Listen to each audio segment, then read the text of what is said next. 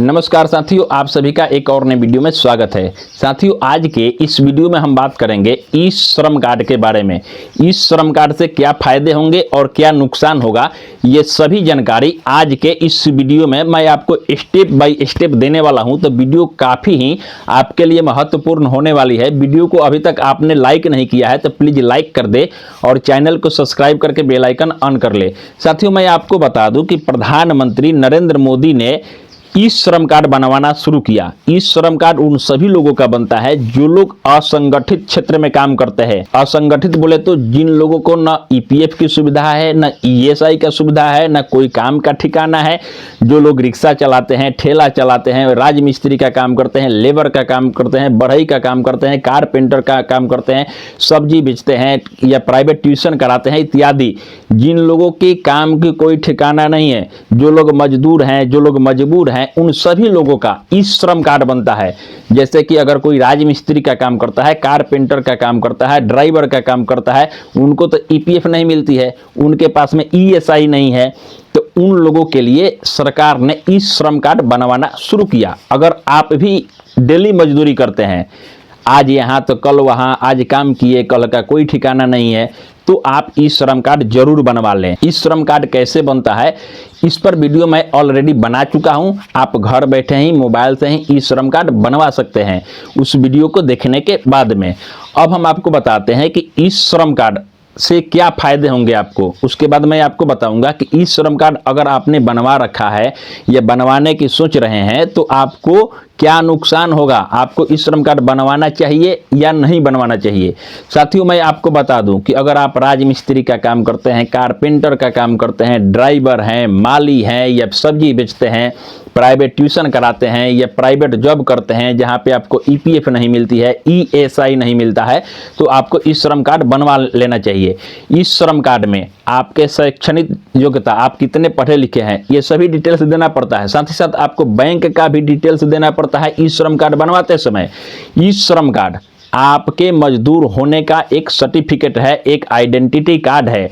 आपके पास में ई श्रम कार्ड रहेगा तो आपको जो भी सरकार की बेनिफिट होगी, जो मजदूर लोगों को दिया जाता है, उसका लाभ आपको बहुत ही आसानी से, बहुत ही जल्दी डायरेक्ट यानी कि डीबीटी के माध्यम से आपके खाते में चला जाएगा।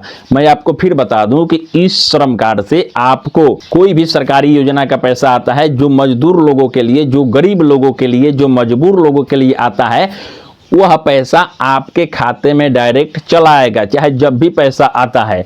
अगर आपके पास में ई श्रम कार्ड है और आप राजमिस्त्री का काम करते हैं और आप बिहार का है या फिर किसी भी स्टेट का आप हैं और अपने स्टेट को छोड़ करके दूसरे स्टेट में काम करने के लिए जाते हैं, दिल्ली जाते हैं, पंजाब जाते हैं, मुंबई जाते हैं, हरियाणा जाते हैं, गुजरात जाते हैं इत्यादि, जहाँ पे भी आप काम करने के लिए जाते हैं, वहाँ पे आप अपना ई श्रम कार्ड को दिखा करके ही और ये प्रूफ कर सकते हैं कि मैं एक असंगठित क्षेत्र में काम करने वाला मजदूर हूँ।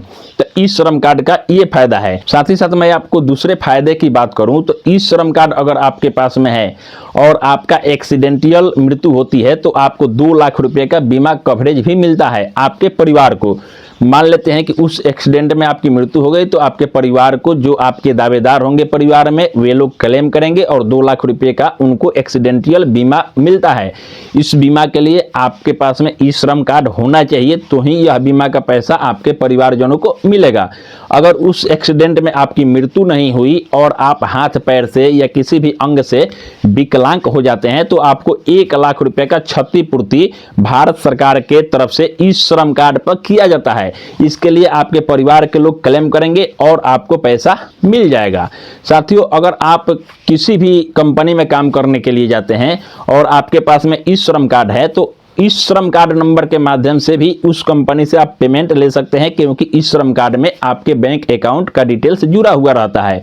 इस श्रम कार्ड के माध्यम से ही आपको पहचान किया जा सकता है कि आप एक अनऑर्गेनाइज सेक्टर यानी कि असंगठित क्षेत्र में काम करने वाले मजदूर हैं। तीसरे फायदे की बात करें तो इस श्रम कार्ड से समय समय पर सरकार की तरफ से किसी भी स्कीम की पैसा जो मजदूर लोगों के लिए दिया जाता है उसको दिया जाता है। जैसे कि कुछ दिन पहले जब यूपी का चुनाव हो रहा था उस समय 500 करके बहुत से ऐसे ई श्रम कार्ड धारी थे जिनके खातों में यूपी सरकार की तरफ से पैसा दिया गया।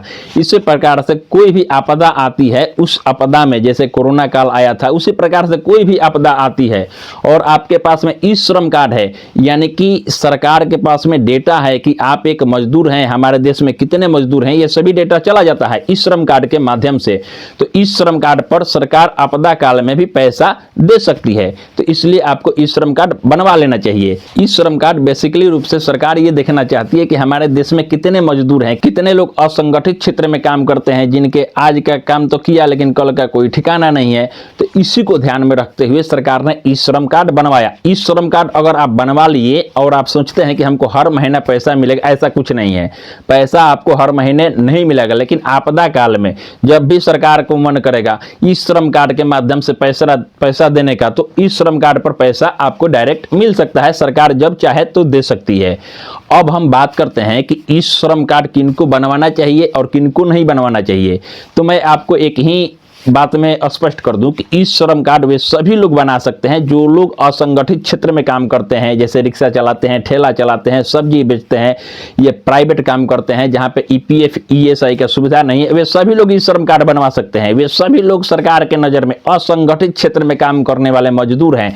अब हम बात करते हैं कि ई श्रम कार्ड से आपको नुकसान क्या होगा, क्योंकि फायदे तो मैंने आपको बता दिया, लेकिन नुकसान क्या होगा। साथियों, मैं आपको बता दूं कि अगर आप किसी संगठित क्षेत्र में काम करते हैं, जैसे कि वहां पे आपको ईपीएफ की सुविधा मिलती है, आपके पास में ईएसआई कार्ड है, तो आपको ई श्रम कार्ड नहीं बनवाना चाहिए। अगर आप एक स्टूडेंट है तो ई श्रम कार्ड तो बनवा सकते हैं, लेकिन जब आप किसी संगठित क्षेत्र में नौकरी करने लगे तो उस समय में आपको अपना ई श्रम कार्ड को अपडेट करके और कैंसिल करा लेना चाहिए। अन्यथा हो सकता है कि ई श्रम कार्ड पर आपको क्लेम करके ई श्रम कार्ड पर क्लेम हो जाए और आप बुरी तरीके से फंस जाएंगे।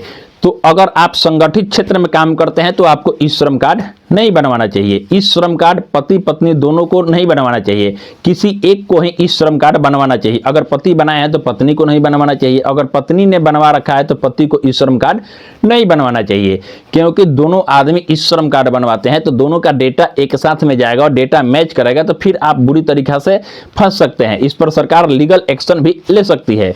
तो ई श्रम कार्ड से आपको मैं बता दूं कि अगर आप संगठित क्षेत्र में काम नहीं करते हैं तो कोई भी नुकसान नहीं है। ई श्रम कार्ड आपको बनवा लेना चाहिए। ई श्रम कार्ड सरकार के नज़र में आपके लिए एक मजदूर होने का सर्टिफिकेट है जो असंगठित क्षेत्र का सर्टिफाइड करता है कि आप असंगठित क्षेत्र में काम करते हैं।